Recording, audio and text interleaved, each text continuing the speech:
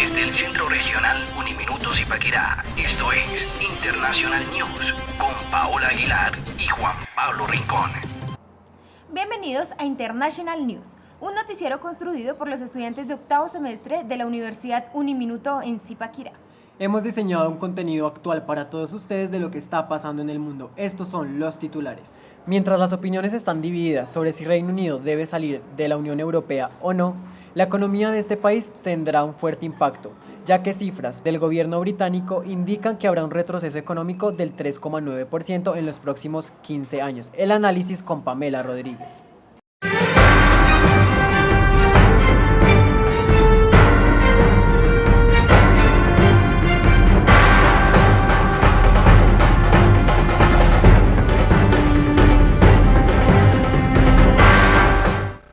Después de 4 intentos de negociación entre Theresa May y el Parlamento británico, este se pospuso para el 31 de octubre, día definitivo en el que se conocería si Reino Unido sale de la Unión Europea. Pero, ¿cuáles son las posibles consecuencias que traería esta decisión para Reino Unido? Consecuencias negativas.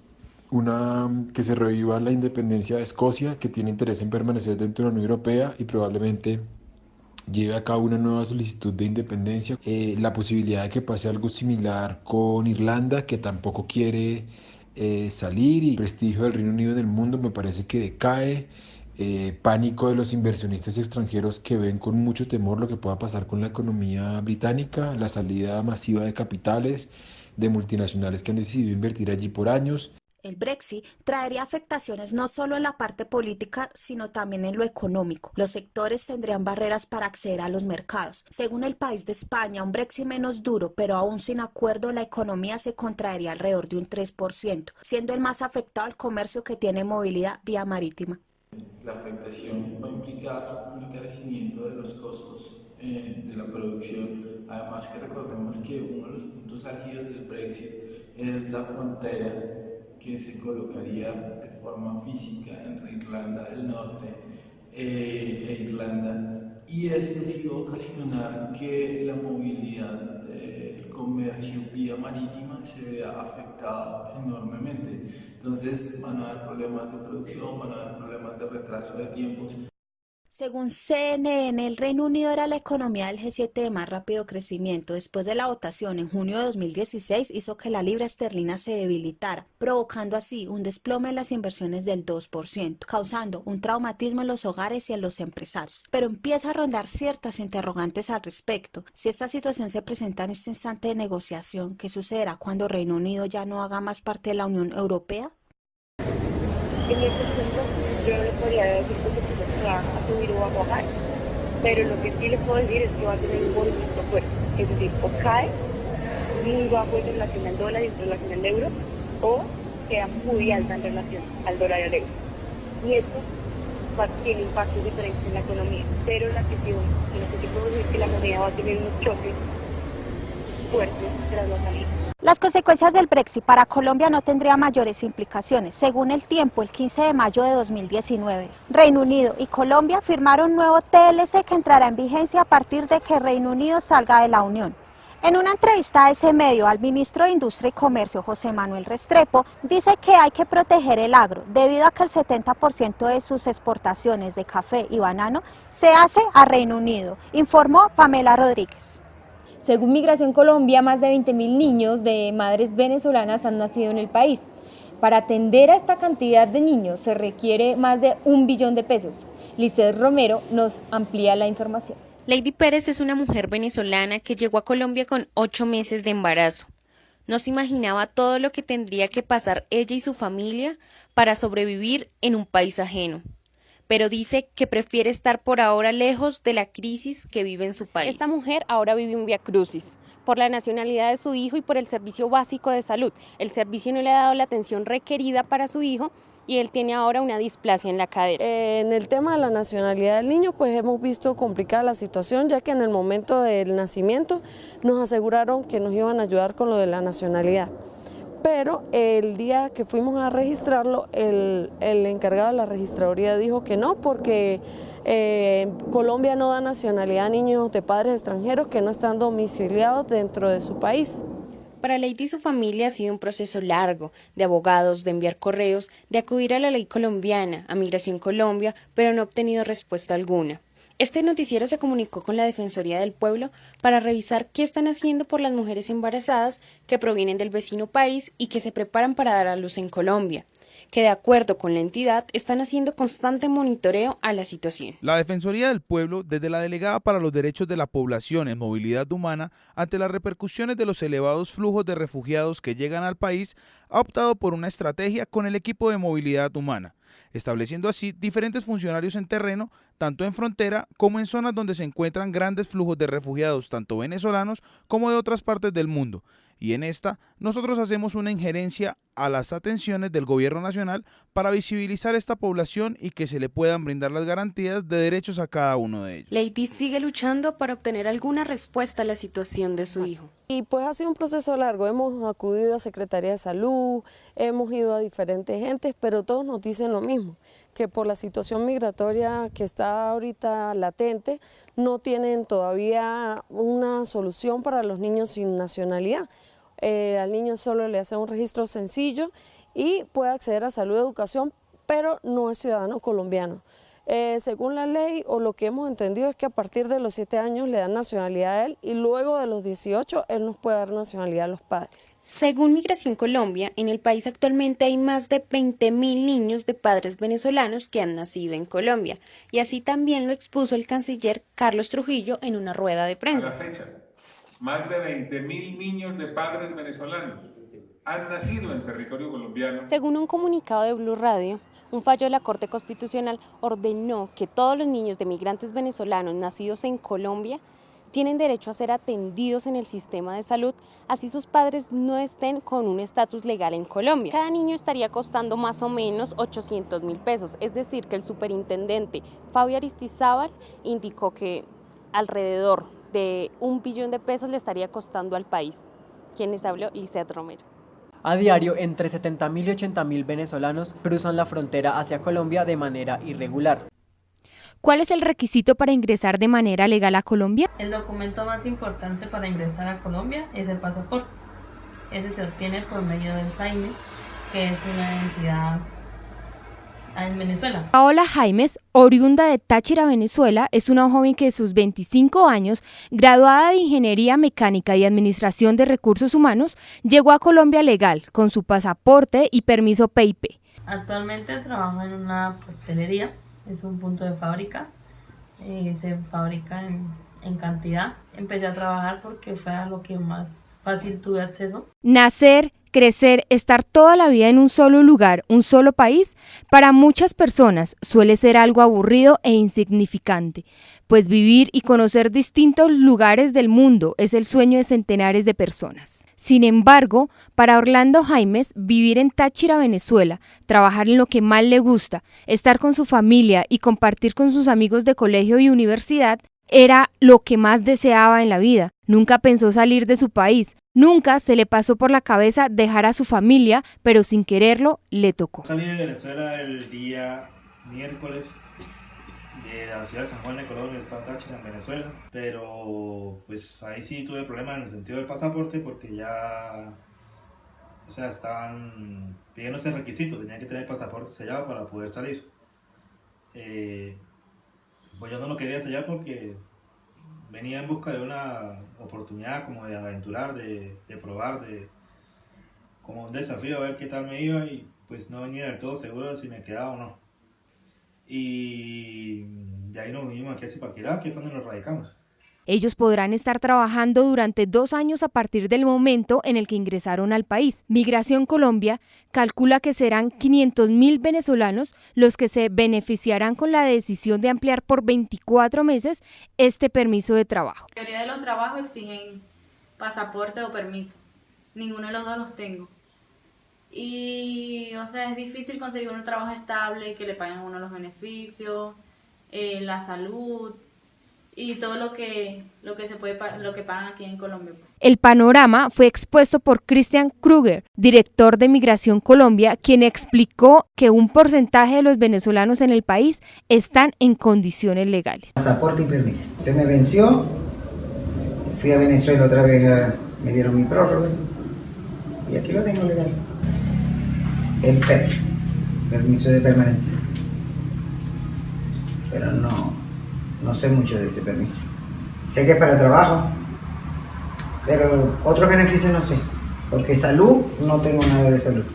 Los ciudadanos del vecino país deben vivir toda una odisea si quieren permanecer legalmente en Colombia. Más del 45,7% de la comunidad LGTBI afirma ser víctima de violencia, intolerancia y discursos de odio en América Latina. Andrés Martínez nos amplía la información.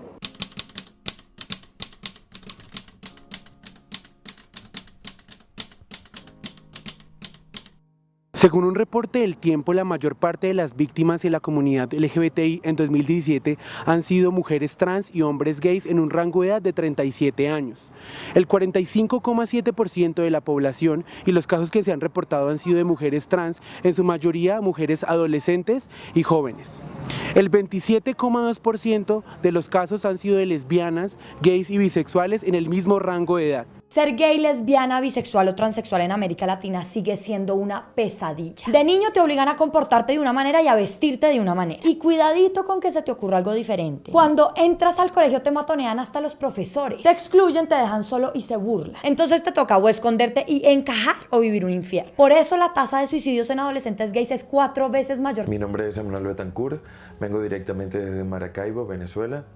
Una ciudad ubicada en la costa oriental del lago y a la que definitivamente se le suma mucha discriminación, prejuicio y sobre todo pues una gran cantidad de personas intolerantes que hacen pues de la vida del homosexual algo bastante complicado y difícil. Al momento de ser un poco más pequeño, la gente trataba de etiquetarme como amanerado.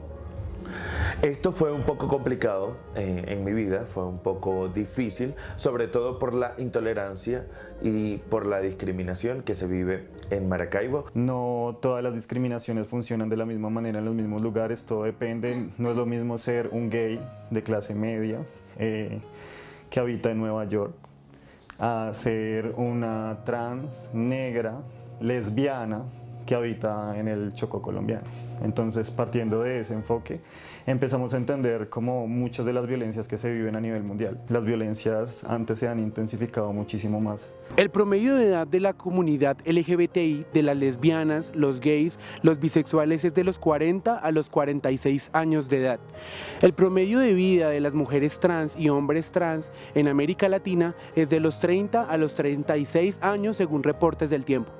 La comunidad LGBTI ha tenido una lucha constante contra la discriminación. Gran cantidad de países se han empeñado en prohibir el matrimonio o la adopción para personas del mismo sexo. Son 22 países del mundo que permiten el matrimonio homosexual. Pese a esto, también hay otros 7 que castigan con muerte. Además, en un total de 71 países existen penas de prisión para las personas de la comunidad. 34 de ellos en África, 11 en Centroamérica y Sudamérica, 18 en Asia y 8 en Oceanía.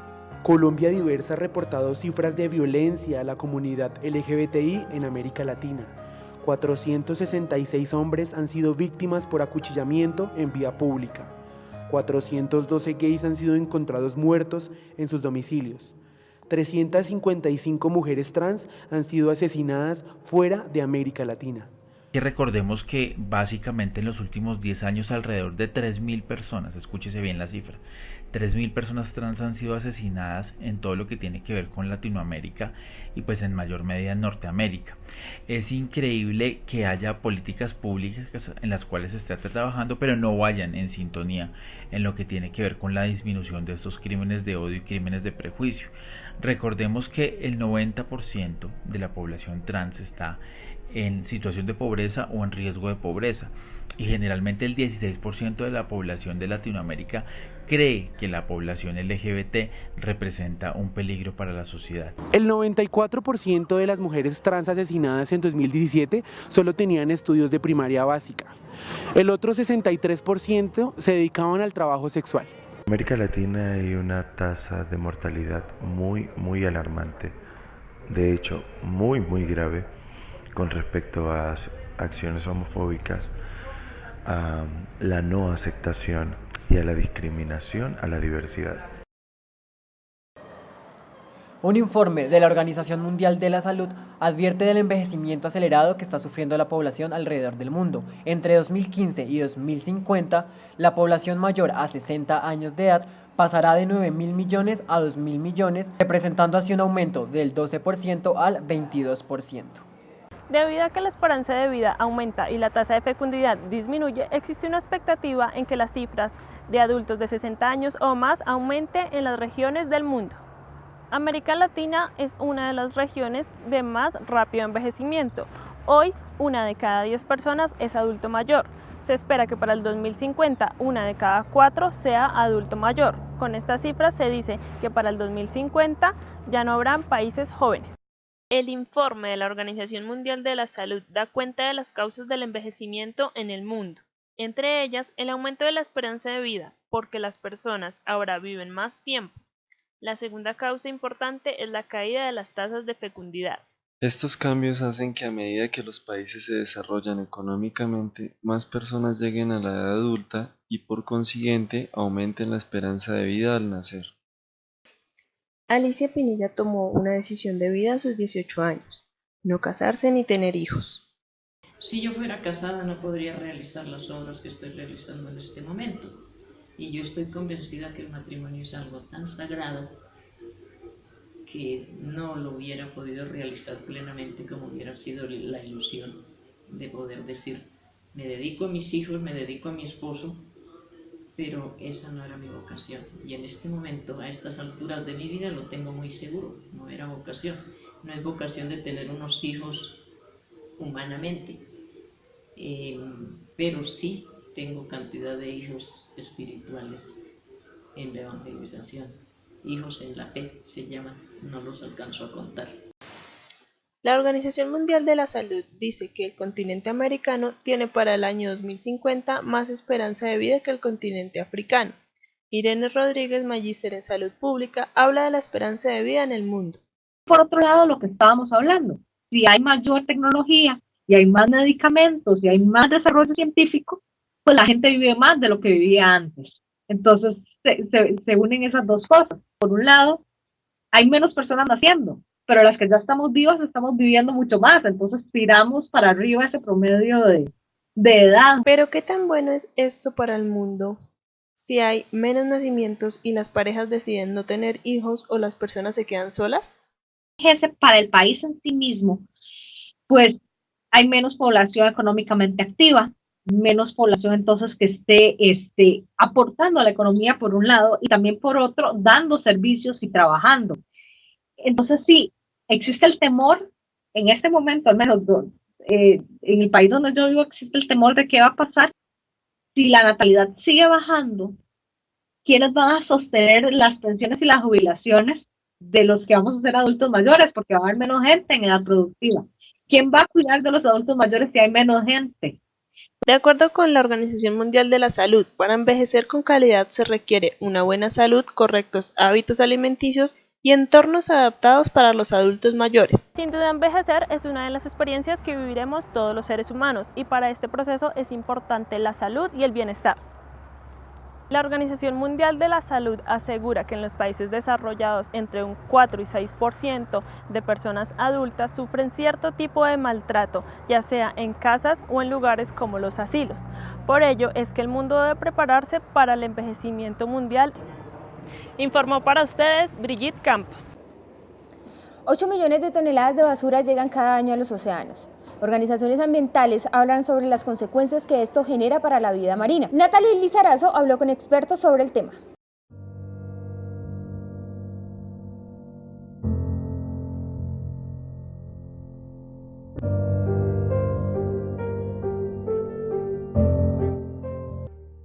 Más de 100.000 animales marinos mueren cada año a causa de la contaminación marina.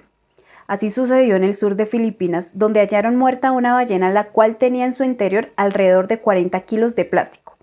Un biólogo marino de la zona asegura que la gran mayoría de ballenas y delfines examinados en los últimos años han muerto por ingestión de desechos plásticos.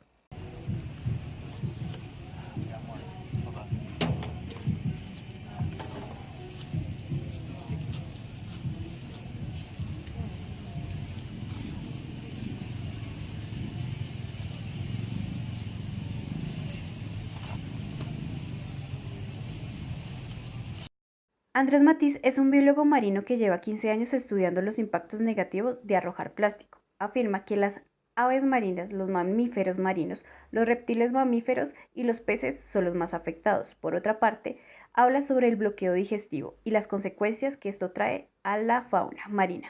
Que es cuando la fauna marina la come, esta llega al estómago y obviamente el plástico no se disuelve. ¿Qué pasa? El estómago se sigue llenando de plástico, los intestinos también se llenan de plástico, cosa que obviamente ellos no pueden evacuar y prácticamente ¡pum!, explotan por dentro. Según un estudio hecho por la Unión Internacional para la Conservación de la Naturaleza, México es el país que tiene más especies en vía de extinción. Hay 665 especies amenazadas que van del estado crítico al vulnerable.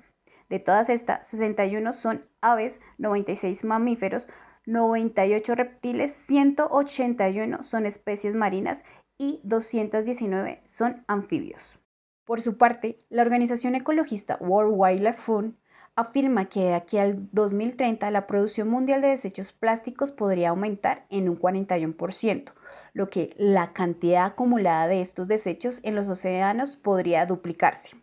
En 2016 se generaron más de 310 millones de toneladas de plástico, un tercio de las cuales están en la naturaleza. Hasta la fecha, más de 270 especies, entre ellas tortugas, ballenas y focas, se han enredado con estos materiales arrojados en los mares, y más de 240 han ingerido este componente. El 66% de los ambientes marinos han sido afectados gracias a acciones hechas por el hombre. Teniendo en cuenta que los países de altos ingresos producen 20 veces más desperdicios por persona a comparación de los países de bajos ingresos que produce entre 10 y el 25% de desechos.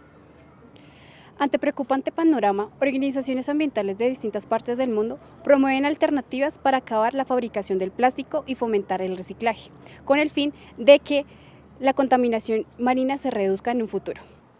La trata de personas es una problemática mundial que deja aproximadamente 40 millones de víctimas. International News conoció la historia de Alika Canin, quien estuvo sometida 16 años a este flagelo. Estefanía Ariza nos cuenta los detalles. De trata, mi madre fue prostituida, sus hermanas, mis tías, fueron prostituidas, mi padre era consumidor de prostitución.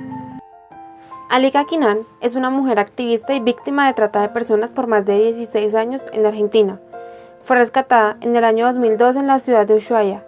Desde ese momento inició una causa penal contra sus captores. Mi madre obligadamente tiene que dejar mi hermana a cargo mío, con lo cual me encuentro sacando adelante una situación familiar. En ese momento ella tenía 10 años, yo tenía 16. Esto ocurrió en Córdoba. Yo soy nativa cordobesa. En mi casa no teníamos ni para comer. Luego de pasar una temporada llena de necesidades, Alika Canin acudió a la casa de una compañera, quien le ofrece viajar al sur de Argentina, donde iba a trabajar en una bolichería con muy buena remuneración. Claro está que ella no contaba con dinero para costear el viaje, a lo cual su compañera no puso ningún problema, pues el viaje ya tenía todo pago. Me mandan el pasaje y ya me estaban esperando en el aeropuerto, viajo con esta chica. Se presentaron como personas muy agradables. Y recuerdo un pasillo muy largo, unas rejas, una puerta que se abrió, me recibió una mujer. Y cuando me hace entrar, había muchas chicas que estaban en bata. Captar, transportar, trasladar, acoger o recibir personas recurriendo a la amenaza o al uso de la fuerza son algunas de las acciones que definen el delito de trata de personas de acuerdo a las Naciones Unidas. Muy doloroso porque acá hubo tantas, pero tantas mujeres en tan malas condiciones. Es como que tiene una carga terrible, ¿no? Es escalofriante. La hora laboral empezaba a las 11 de la noche, más o menos hasta las 7 u 8 de la mañana. Paulina Cáceres es trabajadora en la Fundación Nuestros Jóvenes, quien cataloga la trata de personas como la esclavitud del siglo XXI. Es cuando una persona ha perdido su libertad, su dignidad, cuando se cumplen ciertas condiciones y la persona simplemente está en condiciones de esclavitud. Teníamos que ir a la policía para hacer una apertura de legajo, donde nos tomaban las huellas dactilares, en la policía de investigaciones, nos tomaban las huellas dactilares para corroborar que no tuviéramos antecedentes penales y teníamos que decir a qué veníamos. Obviamente en el auto ya nos iban diciendo todo lo que teníamos que decir. Que hacían un exudado vaginal, que era mensual, y un análisis de sangre de HIV, donde se corroboraba que no estuvieras enfermo. Además de estos hechos, existen fines específicos de explotación a los que son sometidas 40.000 millones de personas mundialmente. En Colombia, en los años 2017 y 2018 fueron tratadas 200 personas. Según la Organización Internacional del Trabajo, la trata de personas genera 32.000 millones de dólares al año. Es uno de los delitos más lucrativos. En un día, una sola mujer del Sheikh llegaba a atender hasta 30 hombres. El prostíbulo se quedaba con el 60% de las ganancias y el 40% lo tenían que utilizar en comida, ropa y demás necesidades. En el 2001, Alika conoció a Miguel Pascual, un cliente del prostíbulo al que le gustaba sacarle y llevarla a un hotel durante varios días. En una de esas salidas le ofreció llevarla a España con él para rehacer su vida. Pascual le pagó el proxeneta de Alika y ella armó las maletas y se fue. Estuvo 20 días de vacaciones con él y terminó después en otro prostíbulo, Mr. Dollar. Pero nuevamente se sienta entre la espada y la pared, pues tenía que mantener a sus hijas, así que no tuvo más alternativa que volver a los prostíbulos. Meses después del allanamiento, los recuerdos se fueron acumulando y Alika empezó a tomar conciencia de su situación. Era una víctima de una red de trata con cicatrices, daños físicos, enfermedades de transmisión sexual y un trauma psicológico que no superaría rápidamente. La comunidad internacional ha jugado un papel muy importante en lo que va del proceso de paz. Distintos órganos han manifestado su apoyo a este proceso. El desarrollo de la noticia con Luisa Mendieta. La verdad es que la participación de la comunidad internacional ha sido determinante para el desarrollo, no solo en la etapa previa, sino en el desarrollo de las conversaciones entre el gobierno nacional y las FARC. La comunidad internacional ejerciendo de alguna manera una presión que permita que el gobierno, que no está muy comprometido con el cumplimiento de los acuerdos, realmente cumpla los acuerdos. La misión de verificación de la ONU acompañó el pasado 25 de abril al ministro alemán de Relaciones Exteriores, Heiko Maas, en una visita al espacio territorial de reincorporación y normalización en Incononso, Tolima, con el fin de conocer los proyectos productivos que llevan a cabo los excombatientes y reafirmar su compromiso con la paz en nuestro país. Por decisión del Consejo de Seguridad de Naciones Unidas se instaló una misión de verificación de los acuerdos que iban pactando gobierno y FARC, por ejemplo, en cuanto al desescalamiento del conflicto, y finalmente pues ha habido una verificación importante después de concluidos los acuerdos de La Habana. Entonces yo pensaría que tiene 3 manifestaciones: en la exploración en Noruega, en la facilitación, Cuba por ejemplo facilitando su territorio para que hubiera esa negociación, y finalmente en la verificación posterior a los acuerdos de La Habana. Santiago Hernández es un atleta que se destaca en competencias locales a nivel internacional. Oriundo de Chía, Cundinamarca, se ha destacado por ser un referente del atletismo. Valeria Patacón nos amplía la noticia. Inicié en el atletismo casi ya hace 10 años. Inicié con una gran motivación que fueron mis padres. Mi papá fue un gran maratonista de Colombia, mi madre fue también una gran corredora de élite y pues bueno, actualmente ella es mi entrenadora. Entonces pues fueron mis grandes motivantes para iniciar con esta carrera. Como les dije, ya llevo 10 años con el municipio de Chía, representando al municipio de Chía en la Liga de Cundinamarca y bueno, representando a Colombia internacionalmente. Colombia ha tenido una evolución en cuanto al apoyo brindado al deporte. A esto se suman nuevos y mejorados espacios para la formación y preparación de estos deportistas. Este año, el Gobierno Nacional aprobó en el Presupuesto General de la Nación 570 millones de pesos, una cifra nunca antes alcanzada. He estado en campeonatos panamericanos, actualmente estoy en el ciclo olímpico. El año pasado fui campeón panamericano en la modalidad de los 5.000 metros y bueno, como campeón del continente se me abrieron muchísimas puertas. Ya estuve en Juegos Suramericanos, en Juegos Bolivarianos, para Juegos Centroamericanos tuve una lesión, no pude competir. Pero bueno, ahorita confiando en Dios retomamos en lo que va a ser Lima 2019. Desde el 2018 este deportista hace parte del equipo Porvenir, gracias al contacto que tuvo con uno de los managers de deporte más reconocidos en Colombia, Felipe Pozo. y bueno, este año ya renuevo contrato con Porvenir, llevo ya 2 años con la empresa Porvenir y bueno, ahora son los que se encargan de todos mis procesos, de toda la parte de patrocinios, son los que me dan el tema de implementación. El patrocinio del equipo Porvenir ya lleva más de 15 años. Es un patrocinio directo con contrato a cada uno de los atletas que integran la nómina del equipo. Es un contrato, como lo digo, económico, en el cual depende del arreglo que se llegue con cada uno de los deportistas. Se da el mismo. Los contratos se realizan de manera anual, de enero a diciembre. El atletismo colombiano se encuentra pasando por uno de sus mejores momentos en toda la historia, con mujeres como Katherine Ibargüen, campeona mundial, medallista olímpica, con deportistas como Eider Arévalo Truque, un corredor que fue campeón mundial en los últimos citas orbitales, corredores como Gerard Giraldo, que acaba de batir una marca nacional de más de 40 años. Son deportistas que ponen el atletismo colombiano en un gran lugar, en una gran posición y con la mayor expectativa de ratificarse en el ámbito suramericano, bolivariano, panamericano. Con tan solo 20 años, Santiago Hernández quiere dejar un mensaje para todos los jóvenes y todas las personas que tienen sueños por cumplir. Tengo apenas 20 años y a los 20 años estoy cumpliendo los máximos sueños que tengo en mi aspiración a vivir. Te invito a que sueñen con el deporte también es una opción de vida como una carrera profesional y bueno, hoy en día el apoyo cada vez es más grande. Hasta aquí la información en International News. Los esperamos en una nueva emisión.